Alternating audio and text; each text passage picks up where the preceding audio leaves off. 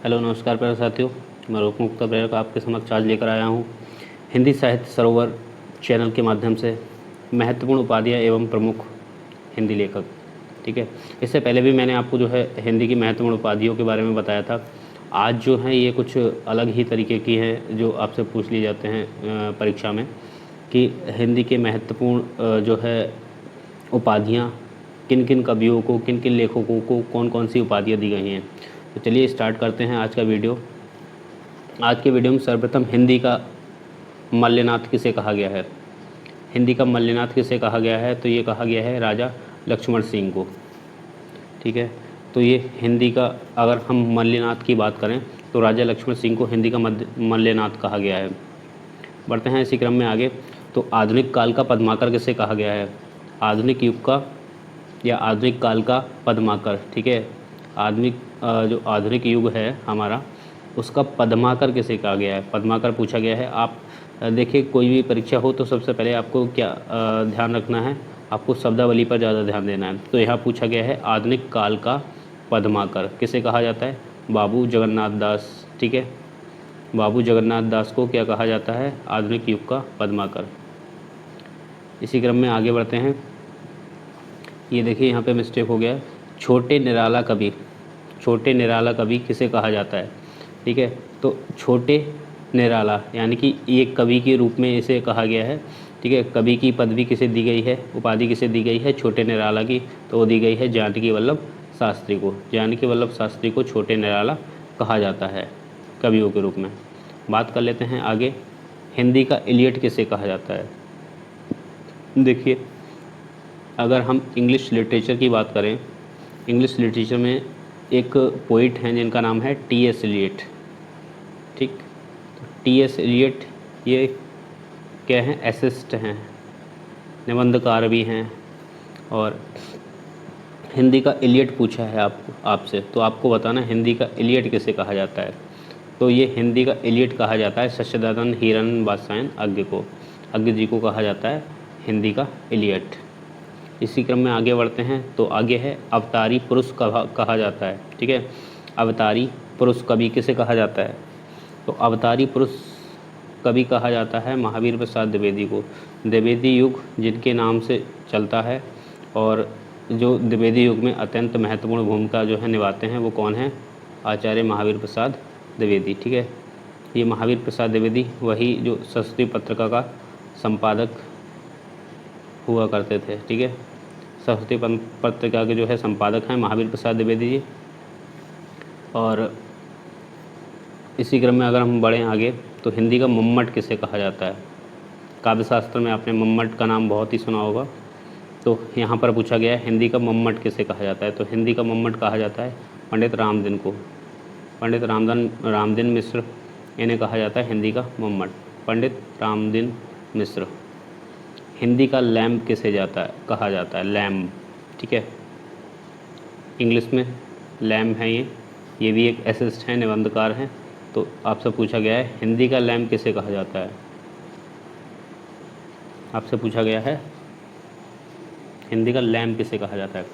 तो हिंदी का लैम्प कहा जाता है प्रताप नारायण मिश्र को। किसे कहा जाता है, प्रताप नारायण मिश्र को हिंदी का लैम्प। ठीक, ये शब्दावली आ जाती है और ज़्यादातर एग्ज़ामों में इनसे संबंधित एक दो प्रश्न आ ही जाते हैं। बात करते हैं इसी क्रम में आगे। तो आता है ऊंची योग्यता का कवि किसे कहा जाता है। ऊंची योग्यता का कवि, ऊंची योग्यता का कवि कहा जाता है गदाधर भट्ट को। ठीक है, ये गदाधर भट्ट हैं, इन्हें कहा जाता है ऊंची योग्यता का कवि। नेक्स्ट आते हैं हमारे पूरे ऋषि अष्टछापी कवि। पूरे ऋषि अष्टछापी कवि किसे कहा जाता है, कुंभन दास को। कुंभन दास को क्या कहा जाता है, पूरे ऋषि अष्टछापी कवि। इसी क्रम में आगे बढ़ते हैं। युग का बैतालिक, युग का बैतालिक किसे कहा जाता है, भारतेंदु जी को। भारतेंदु हरिश्चंद्र जी को कहा जाता है युग का बैतालिक। ठीक है, अब इन्हें युग का बैतालिक क्यों कहा जाता है, इसके पीछे भी देख लीजिए। भारतेंदु युग किसके नाम पर पड़ा, भारतेंदु हरिश्चंद्र के नाम पर। और जो है इन्होंने ही आधुनिक युग की जो है, आधुनिक युग का जो शुरुआत मानी जाती है वो भारतेंदु युग से मानी जाती है। इन्होंने ही सभी रूढ़ियाँ, अंधविश्वास, आडंबरों को इन्होंने ख़त्म करके एक नए युग की शुरुआत की थी, इसलिए इन्हें युग का वैतालिक कहा जाता है। हिंदी का मिल्टन किसे कहा जाता है? ठीक है, तो मिल्टन, जॉन मिल्टन इंग्लिश में है, आपने पढ़ा होगा। तो इंग्लिश में जो है जॉन मिल्टन, तो उन्हीं के यहाँ करा गया है, बताया गया है, उन्हीं से संबंधित क्वेश्चन। हिंदी का मिल्टन पूछा गया है, किसे कहा जाता है? ये हिंदी का मिल्टन कहा जाता है केशव दास को। किसे कहा जाता है? केशव दास को। क्या कहा जाता है? हिंदी का मिल्टन। आगे देखते हैं, हिंदी का गालिब किसे कहा जाता है? गालिब मिर्ज़ा। इनसे संबंधित पीछे मैंने आपको कई वीडियो में बता चुका हूँ। गालिब मिर्ज़ा, तो गालिब मिर्ज़ा किसे कहा जाता है हिंदी का? ये कहा जाता है बिहारी को। ठीक, कवि बिहारी को कहा जाता है हिंदी का गालिब। बढ़ते हैं आगे। साहित्य का महारथी, साहित्य का महारथी किसे कहा जाता है? तो आचार्य रामचंद्र शुक्ल को साहित्य का महारथी कहा जाता है। क्यों कहा जाता है? क्योंकि देखिए, अगर हम बात करें हिंदी साहित्य के इतिहास की, या हिंदी में कोई भी आपका कोटेशन हो या कुछ ऐसी बात हो जो तथ्यपरक रही हो, तो देखिए सर्वप्रथम एक बात आपको समझ लेना चाहिए कि आचार्य रामचंद्र शुक्ल जी ही एक ऐसे मात्र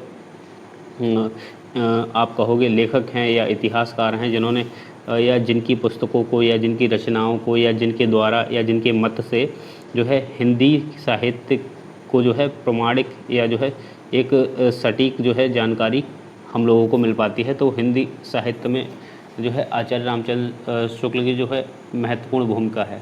आचार्य रामचंद्र शुक्ल का इतिहास को प्रमाणिक माना जाता है, ठीक है, और उन्हीं के तथ्यों पर आधारित जो है जितना भी इतिहास का चाहे हम यूजीसी नेट की तैयारी कर रहे हों या किसी की भी कर रहे हों, तो उन्हीं की जो पुस्तकें हैं जितनी भी, वो ही ऑथेंटिक मानी जाती हैं, प्रमाणिक मानी जाती हैं। इसलिए इन्हें साहित्य का महारथी कहा जाता है। और ज़्यादातर इनके अनुसार पूछी गई रचनाएं आती हैं, जैसे रामचंद्र शुक्ल के अनुसार इस तरीके से पूछ लिया जाता है कि इन्होंने किसको क्या कहा, तो इससे संबंधित प्रश्न आते हैं। शब्द सम्राट कोश, शब्द सम्राट कोश किसे कहा जाता है? बाबू श्याम सुंदर दास को कहा जाता है शब्द सम्राट कोश। क्या कहा जाता है? शब्द सम्राट कोश। किसे कहा जाता है? बाबू श्याम सुंदर दास को। बढ़ते हैं आगे।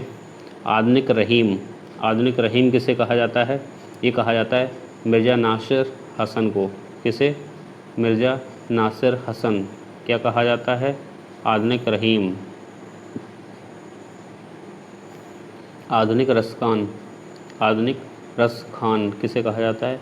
श्री अब्दुल रशीद, श्री अब्दुल रशीद को कहा जाता है आधुनिक रस खान, ठीक है।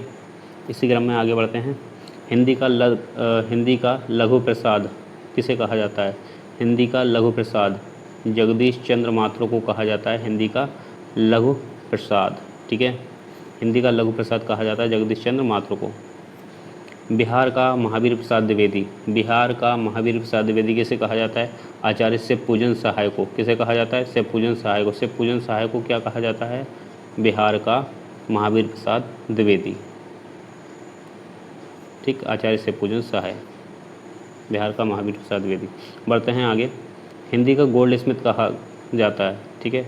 तो हिंदी का गोल्ड स्मिथ किसे कहा जाता है? ये कहा जाता है सियाराम शरण गुप्त को। किसे कहा जाता है? सियाराम शरण गुप्त को। सियाराम शरण गुप्त को क्या कहा जाता है? हिंदी का गोल्ड स्मिथ, ठीक है। बढ़ते हैं आज के अंतिम प्रश्न की ओर। हिंदी का टेनिशन, अल्फ्रेड लॉर्ड टेनिसन, ठीक है। तो हिंदी का टेनिसन किसे कहा जाता है? बाबू जगन्नाथ दास, ठीक है। बाबू जगन्नाथ दास को क्या कहा जाता है? हिंदी का टेनिसन। हिंदी का टेनिसन किसे कहा जाता है? बाबू जगन्नाथ दास, ठीक है। और इससे संबंधित एक क्वेश्चन ऊपर और आया था बाबू जगन्नाथ दास से, ठीक है, वो भी आप देख लो दोबारा से। आधुनिक काल का पद्माकर, आधुनिक काल का पद्माकर और हिंदी का टेनिसन, ये किसे कहा जाता है? किसे कहा जाता है? बाबू जगन्नाथ दास, ठीक है। तो ये आपको याद रखना है। तो मित्रों, आज की वीडियो में जो मैंने आपको जानकारी दी है वो आपको कैसी लगी? आप अपने सुझाव कमेंट बॉक्स में मुझे बताएं। और इससे संबंधित यदि कोई भी आपको अपना कोई सेपरेट टॉपिक या कुछ और ऑथेंटिक मटेरियल चाहिए तो आप मुझे कमेंट बॉक्स में बता सकते हैं। और आपको ये टॉपिक कैसा लगा इसके बारे में मुझे अवश्य बताएं। आपको यदि अच्छा लगा है तो वीडियो को लाइक कर दीजिए शेयर कर दीजिए और आप यदि चैनल पर नए हैं तो सब्सक्राइब कर दीजिए। तो मित्रों, आज की वीडियो में बस इतना ही। धन्यवाद।